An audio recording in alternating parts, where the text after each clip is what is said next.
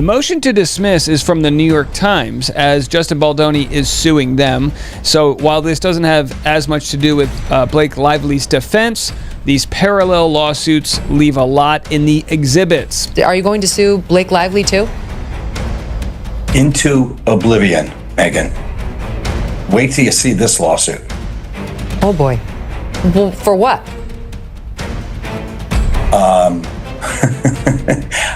I'm just going to tell you, you're going to have to wait and see. It's coming up soon. Blake Lively is reportedly furious after the New York Times leaked a shocking email involving Justin Baldoni, sparking intense speculation and controversy. The revelation has sent shockwaves through Hollywood, with Lively allegedly enraged over the leak's timing and nature. Sources close to her suggest she believes the email was intentionally released to manipulate public opinion and pressure Baldoni into a hasty response. As the fallout unfolds, fans and industry insiders are closely watching how both Lively and Baldoni will handle the growing storm. That's right. We've got the email that the New York Times sent Justin Baldoni, the email they sent Steve Sarowitz, Jamie Heath, and others. Plus, we have their response, the New York Times statement that they're making regarding wanting this case to dismiss. It is very common for someone to want a case dismissed. It's like if your mom tells you to clean your room, and of course you're going to go, do I have to? That's the motion to dismiss. Do I have to? Yes. All right, fine. I thought I'd try. The email was sent just before Christmas, a time when many people are on holiday or unavailable, suggesting a strategic move to limit Justin Baldoni's ability to respond effectively. The short one-day window put him under pressure, reducing the time he had to gather information, consult legal or PR teams, and prepare a proper response. This tactic is often used in sensitive situations where the sender aims to control the narrative or force a hasty reaction before the recipient can fully assess the situation. The email that New York Times sent to Justin back in December, days before Christmas, with a short one-day window for him to respond. We're going to get into all of that right now. So here in Variety, and again, this was filed Friday night, which is always how you file things when you don't want the media to report on them because you think they've got things to do over the weekend. I'm telling you this right now. There's a measles outbreak. I got a 9-month-old that's not vaccinated. I got nothing to do. We're staying home, okay? It's all Postmates and reading court documents. The bombshell accusations have sparked debate, with some defending Lively's work ethic, while others question if her on-set conduct played a role in recent legal troubles. As controversy swirls, fans are left wondering how these allegations will affect Lively's career. That's called fraud, when you pretend you want to do the one thing and you'll do the thing they're hiring you for, but all along you have secret plans to do something very, very different that's above your pay grade. And she finally bumped into someone who was weak enough and not famous enough to stop her, right? This Justin Baldoni, most people had never even heard of him. He'd been in like one series. He certainly wasn't at Ryan Reynolds level fame, never mind Blake Lively. And she bullied him into giving her the movie where she did her own cut. They released the cut of the movie. He didn't even get to see it. He was the director of the film, the producer of the film, the guy who got the rights to the film, the one who's supposed to be in control. He didn't even get to see it. He was in the basement at his own movie premiere. And then she had the nerve, because she had 2 minutes of bad publicity when the film... On May 15th, 2023, Blake Lively and Justin Baldoni exchanged text messages about revising the dialogue for Lily Bloom, the character Lively portrays in Asterisk It Ends With a Star. Lively suggested strengthening the character's agency and adding more playfulness to her interactions, aiming to intensify the chemistry between Lily and Ryle Connor, played by Baldoni. She expressed her openness to adjusting not only her own lines but also those of Baldoni's character to enhance this dynamic.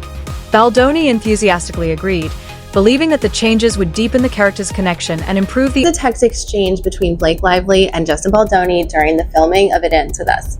Hey Blake, did you rewrite Lily's lines for today's scene? Oh yeah, nothing big though, just a few changes that I think better portray Lily's thoughts. That's cool, I don't mind, I trust you. Could you just let me know next time in advance? I want as much of a woman's perspective as possible. So do your thing, I just want to be kept in the loop. So Ryle is reacting to the right lines when we film. Gotcha. Don't worry, you're still the director. No need to snap at me. So that passive-aggressive exchange was part of a text from May 15th, 2023, and then they sent each other voice memos. More things to come with this to see if the Blake Lively and Justin Baldoni lawsuits go to trial. Blake Lively did a movie co-starring Justin Baldoni. They had a falling out while they were shooting the film. She blamed him for being oversexual. She put that lawsuit out to try and destroy him, but it turns out that she fabricated a whole bunch of text messages. Her side of the story was fabricated and framed on Justin. When they had their premiere, bro, Justin, all his friends and all his family were sent to the basement because Blake Lively didn't want any of them to be seen. As if it was just her night and her movie. Yeah, now, there's a theory. It wasn't just Blake Lively suing Justin. It was also Ryan Reynolds. In Deadpool, Ryan Reynolds put in a character to make fun of Justin Baldoni. It was nice pull. They made that character to try and make fun of him. Justin has shared that Blake Lively's playful exchanges with him during the early stages of their collaboration on It Ends With Us were filled with a light-hearted, witty tone. Lively's self-described spicy humor brought a unique dynamic, showcasing her confidence. So this is an excerpt from my new favorite book, which is the website that Justin Baldoni published, all about his correspondence with Blake Lively. And this is one of my favorite excerpts with my new favorite Game of Thrones character, Blake Lively. Are you ready for it? Blake Lively writes, I can send you my pass at the roof, or just read with you when we get together next week. Let me know what you prefer, smiley face. If you knew me in person longer, you'd have a sense of just how flirty and yummy the ball busting would play. It's my love language, spicy and playfully bold, never with teeth. And him serving it back to her is just as important. You don't usually see both the man and the woman with such agency and humor. Anyway, I can act it out for you next week to make sure it comes through. Or I can send it now. Let me know what you prefer. XX. To which Justin Baldoni responded, sorry, I was just crying my eyes out as kids and family just left for another 5 weeks and it was a shit show. Heart emoji, heart emoji, heart. The leaked texts, reported by multiple media outlets, include exchanges between Justin Baldoni, his public relations head Jennifer Abel, and crisis management expert Melissa Nathan. In one exchange, Abel reportedly told Nathan, I think you guys need to be tough and show the strength of what you can do in these scenarios. Lively included multiple text messages in her lawsuit against Justin Baldoni. And some of these text messages are between two women that Justin hired. One of them being Melissa Nathan, who is a crisis management expert, and publicist Jennifer Abel. In one text from Jennifer to Melissa, she says, he wants to feel like she can be buried, referencing Justin and Blake. Melissa tells Jennifer, you know we can bury anyone. Some of these text messages are very intense. They are referencing unaliving Blake and putting her in a box. In one text, Jennifer says, I'm having reckless thoughts of wanting to plant pieces this week of how horrible Blake is to work with. In one text from Justin to Jennifer, he asks what their TikTok strategy is, and he asks for them only to start posting clips of him talking about domestic violence and why this movie is so important. He wants to feel like she can be buried. Nathan responded cautiously, acknowledging the need for secrecy.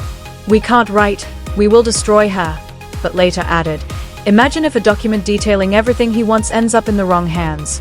We can bury anyone. Text Jennifer is celebrating how fans are backing up Justin online. In another text, she says, fans remain supportive of you and believe the issue of the feud is because she took control of the movie. Melissa says the majority of socials are so pro-Justin and I don't even agree with half of them, LOL. In other text messages, Justin suggests how they might flip the narrative. In this screenshot, Justin sends an article about allegations of bullying against Hailey Bieber. He says, this is what we would need. Basically saying they need people to think that Blake Lively is. Blake Lively has been accused of trying to take control of the project.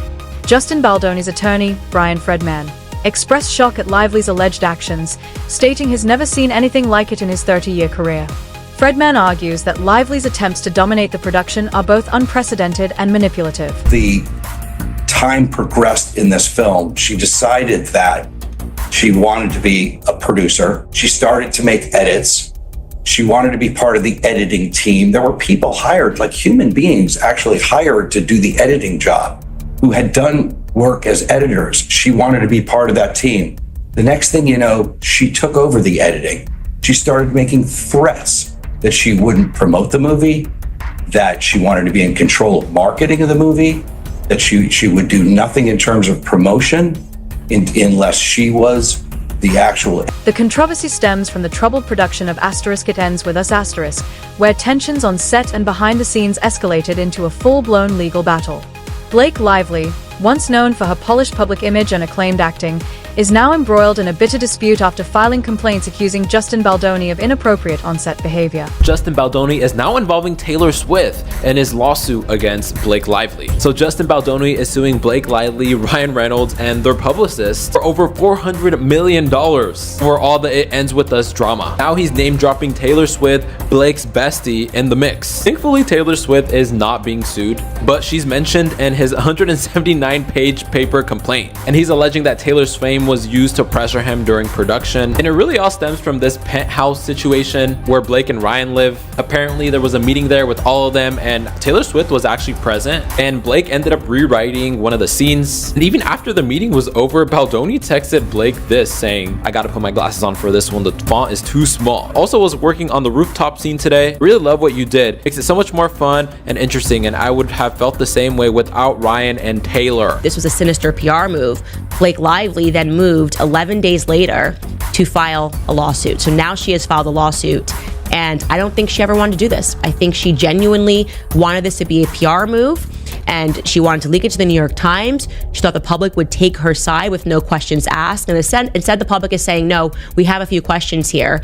And Justin Baldoni is going all the way to the wall on this. His lawyer is already giving interviews explaining just how nasty her team has played this. The lawyer's name is Brian Friedman. He stopped by the Megyn Kelly show, and here's some of the things that he had to say. First, he says there used to never be a sexual claim. There never was a sexual claim until she went to that civil rights office. Take a listen. There was actually no allegation of sexual harassment until the lawsuit. The allegations, including claims of misconduct and a retaliatory smear campaign, have not only shaken the film's production but also sparked a media frenzy.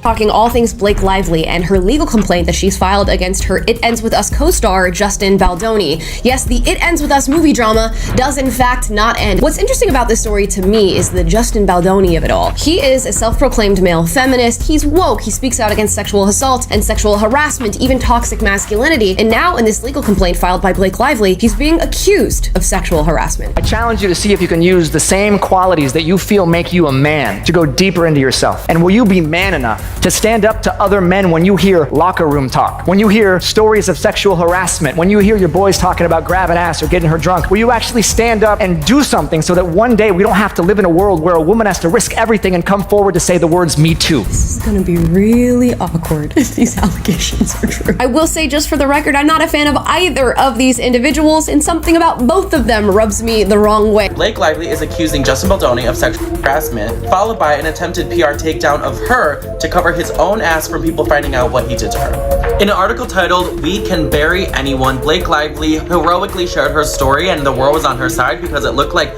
she was just trying to take down a predator in Hollywood. So Justin Baldoni and his ace lawyer launched an all-cylinder fire attack to clear his name, and he started by suing the New York Times, saying that article was just published because it was paid for by Ryan Reynolds, and it was a multi-layered scheme planned out by Blake and Ryan to take down Justin.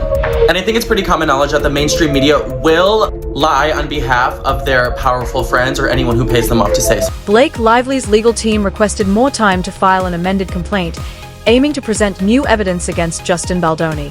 However, the presiding judge denied the extension, stressing the importance of adhering to the existing schedule. This decision underscores the court's commitment to a timely resolution as both parties prepare for the trial, scheduled for March 2026. The case, which includes allegations of misconduct and defamation, has garnered significant public attention, with both sides warned against discussing the dispute in the media. Well, Blake No Teeth Lively has experienced yet another court loss. So she wanted to amend her lawsuit against Justin Baldoni, right?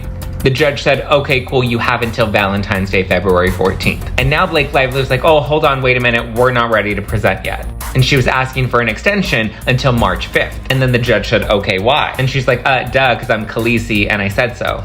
And then the judge was like, LOL, yeah, no, I'll give you until Monday. I'll give you a couple extra days. You have until Monday, but you don't have until March 5th. And so now she has until this upcoming Monday, which is February 17th, to figure out what she's going to amend in her complaint. And initially there were rumors that the amendment was going to come with some sort of statement from Jenny Slate, who played Justin Baldoni's sister in It Ends With. In their ongoing legal dispute, Blake Lively's legal team has issued subpoenas to obtain phone records from Justin Baldoni and several of his associates. This move seeks to uncover evidence of an alleged smear campaign against Lively. The subpoenas target major carriers, including Verizon and T-Mobile, requesting detailed logs of calls, texts, data usage, and location information from the past 2.5 years. Individuals named in the subpoenas include Baldoni, his publicists Jennifer Abel and Melissa Nathan, producer Jamie Heath, and Wava Studios co-founders. Blake Lively's team had asked to subpoena Justin Baldoni's phone, meaning, and not only Justin Baldoni, the entire team that they had sued, meaning like 5 or 6 people, and they want not only to look at text messages in regards to the case, but in regards to everything. And they want to go back 2.5 years. Yes, with their internet browser history, so they can see whatever they Googled. I mean, if they do that to anyone's phone, you're gonna find stuff that are suspicious, don't you think? I mean, you Googled many weird things. I think for them to ask to have access to Justin Baldoni's text to his wife, I mean, isn't that outrageous? It sounds like an overreach, if you ask me. Yeah. Or like Justin Baldoni's lawyer called it, a fishing expedition, which is a word he used on purpose, I think, because that's a word that judges don't really like. And this is, like he also pointed out, this is not a criminal case, and Blake is not the FBI. This is a civil case. So I think asking for this, do you think they're going to get it through from the judge? Not altogether, but you know, it is you can do it in defamation cases, though. Yeah, but I think limited in defamation. They sought access not only to text messages related to the lawsuit, but also to all personal messages, internet searches, and browser history from the past 2.5 years. Blake Lively and Ryan Reynolds, my besties. Do you think that Ryan Reynolds and Blake Lively had anything to do with it? This is what Justin Baldoni's team is saying, right? They're saying that Ryan Reynolds pressured WME to fire Baldoni. Yeah. And of course, that has been denied by WME. But why then did they fire Baldoni? There are more quotes though out there, and he's saying that I am the man that did it. What did he say? I'm a ride or die guy. Yeah. So he takes credit for firing him, and then he's making fun of his last name by calling him Bologna or something like that. Yeah, Baldoni. Baldoni, and then he corrects himself and says Baldoni. Whatever his name is. Yeah. And that's someone they represented for more than 5 years. The request includes not only call logs, but also text messages, internet search histories, and browser data. The subpoenas target several individuals linked to Baldoni, aiming to uncover evidence supporting Lively's claims of a coordinated smear campaign against her. Saturday, the tea is flowing in the Justin Baldoni, Blake Lively case involving Taylor Swift and Brian Friedman and all the characters that are involved. And the cross-fighting here in the legal documents is absolutely insane. Justin responds to subpoena, say, hey, this is a massive fishing expedition. It goes back and forth, and that's where we land on the actual documents that we're about to share with you. Umbrella Guy, friend of the program, says Blake Lively wants 2.5 years of Justin Baldoni, calls, texts, real-time location. Watch. It's all because she's attempting further character assassination since her Me Too claims didn't end him. Now, as we know, she claims he harassed her, SH, right? And that's really the big story. But she's also going to claim that he was part of a smear campaign. He's going to argue that was in retaliation. We were just planning a retaliation if you were going to come after. What are your thoughts on Blake's leaked emails? Do you believe they will uncover crucial evidence, or is this an overreach? Share your opinions in the comments below.